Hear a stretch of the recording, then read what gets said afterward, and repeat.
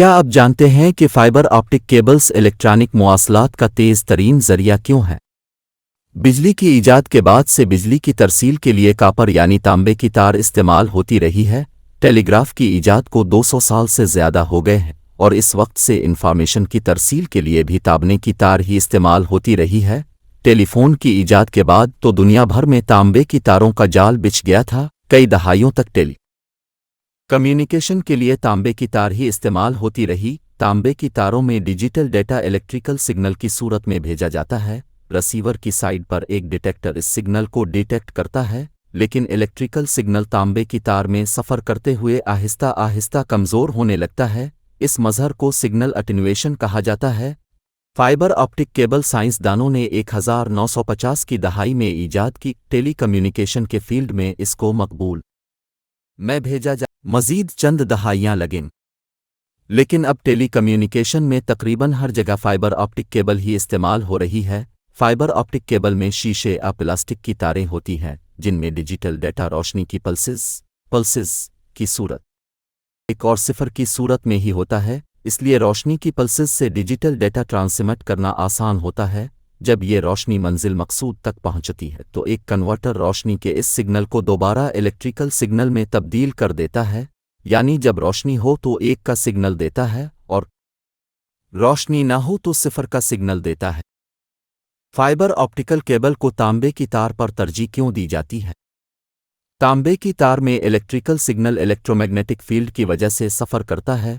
खाली स्पेस में electromagnetic field में तब्दीली रोशनी की रफ्तार से सफ़र करती है, लेकिन तांबे की तार में इसकी रफ्तार रोशनी की रफ्तार से कदरे कम होती है। फाइबर ऑप्टिक केबल में रोशनी का सिग्नल भी इलेक्ट्रोमैग्नेटिक सिग्नल है, जो खला की निस्बत ऑप्टिक केबल में कदरे सुस्त रफ्तार होता है।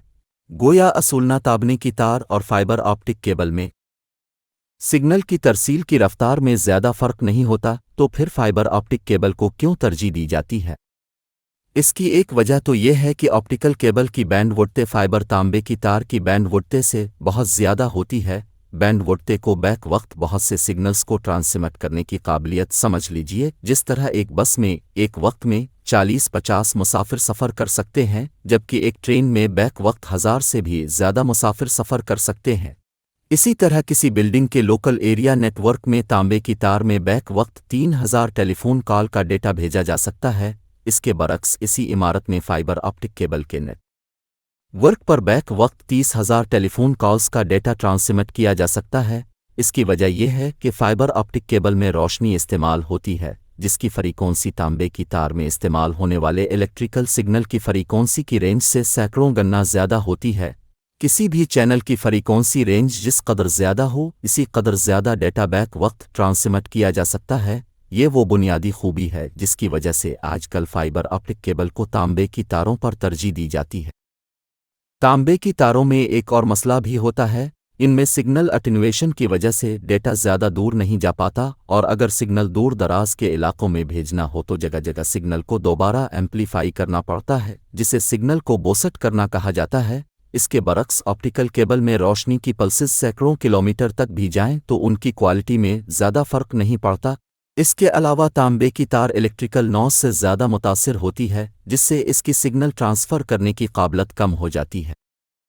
जबकि फाइबर ऑप्टिक केबल को इलेक्ट्रिकल नवाज से कोई फ़र्क नहीं पड़ता। अगर एक मोटी केबल में तांबे की बहुत सी अलग अलग तारें हों जिनमें अलग अलग सिग्नल भेजे जा रहे हों, तो एक तार के सिग्नल से पैदा होने वाला इलेक्ट्रोमैग्नेटिक फील्ड दूसरी तार में मौजूद सिग्नल को डिस्टर्ब कर सकता है।